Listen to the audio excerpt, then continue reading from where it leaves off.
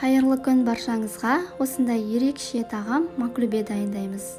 Ең алдымен маған тіркеліп, лайк басып және қоңырау басып қоюды ұмытпаңыздар. Ең алдымен етімізді майдалап турап дайындап аламыз. Сіздерге маклюбе тағамы туралы айтып өтейін.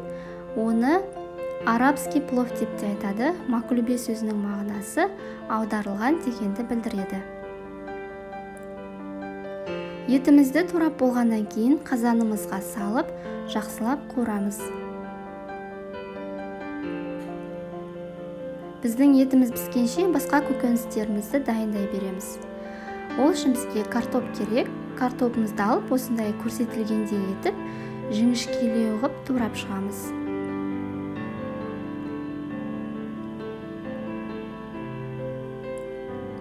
Келесі сәбізімізді де тура картоп сияқты етіп турап аламыз.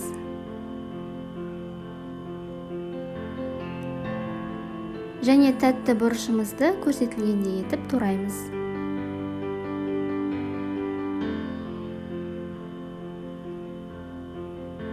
Барлығын ыдысымызға салып дайындап қоямыз. Және келесі кезекте пиязымызды да жаңағыдай етіп тураймыз.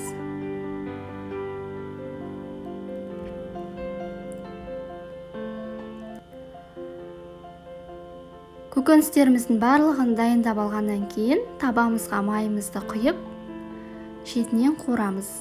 Ең алдымен сәбізді қуырдым.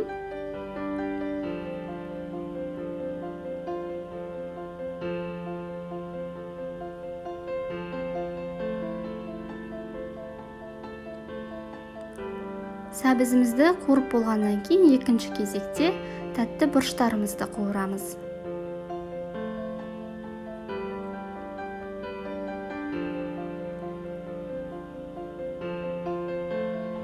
Ең соңынан картоптарымызды қуырамыз.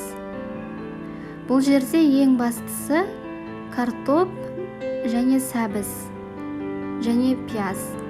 Ал тәтті бұрышты қосымша дәм беру үшін пайдалануға болады.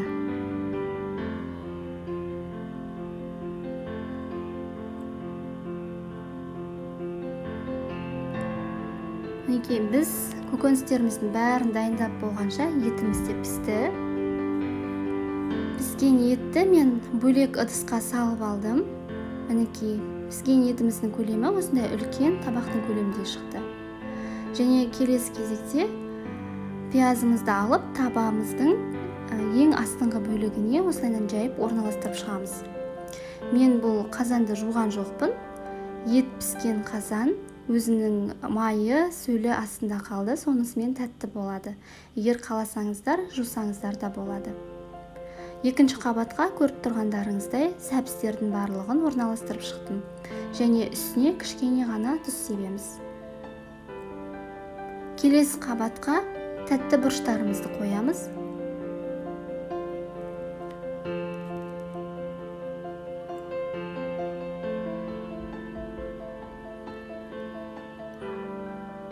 Одан кейін картоптарымызды орналастырып шығамыз.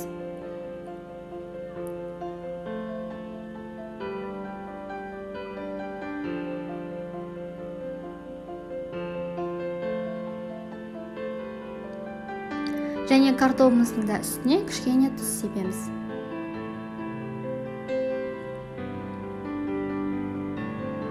Одан кейінгі қабатқа етімізді саламыз.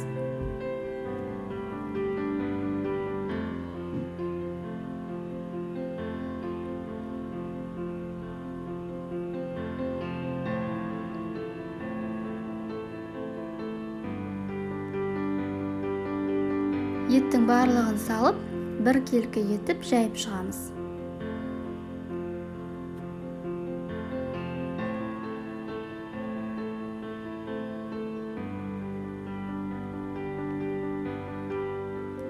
Және ең соңғы қабатына күрішті саламыз.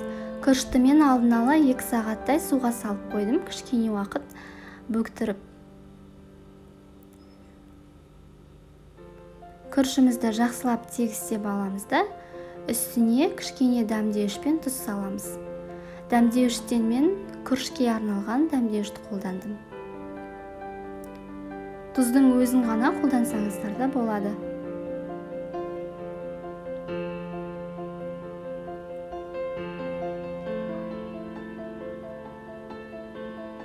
Және ең соңынан ыстық қайнаған суымызды құямыз. Судың көлемі күріштен сәл ғана асып тұрса жеткілікті.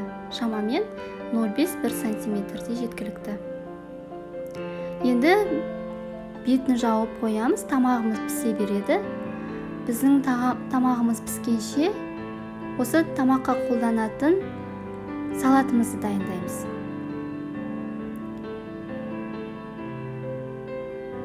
Көріп тұрғандарыңыздай қиярды осылайынан жіңішкелеу етіп кубиктарға бөліп турап шығамыз.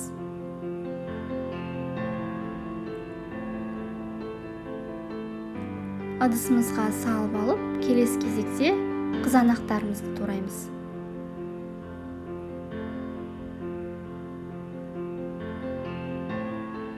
Қызанақтың да көлемі үлкен емес, осылайынан кішкене кішігірім етіп барлығын турап шығамыз.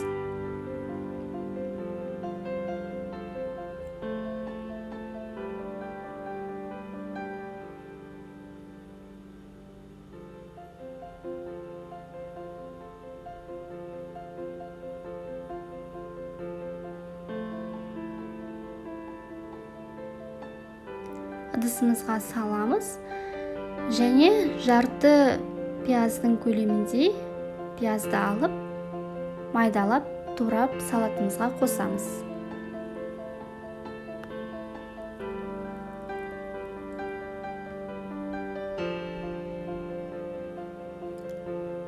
Салаттың үстіне аз көк қосамыз және тұзымызды қосып, жақсылап араластырамыз. Біздің салатымыз дайын. Мен бұл тағамға 2 салат қолдандым, екіншісі сәбізден жасалған салат. Оның рецептісін түсірмедім. Біздің тамағымыз дайын.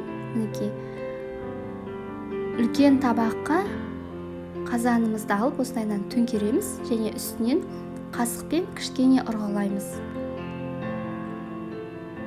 Және жайлап көтереміз қазанымызды. Мінекей біздің тағамымыз осындай болып шығады. Одан кейін жан-жағына салаттарымызды салып шығамыз.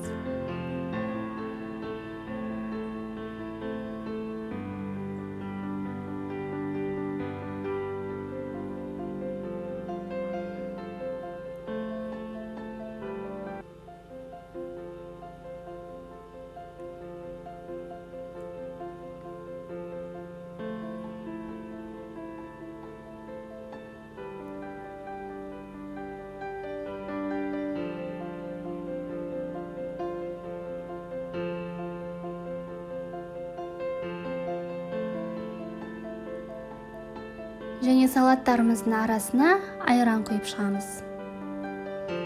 Бұл тағамның ерекшелігі де осы. Өте дәмді. Жасап көріңіздер және міндетті түрде менің каналыма тіркеліп, лайк басып, қоңырау басып қойыңыздар. Астарыңыз дәмді болсын.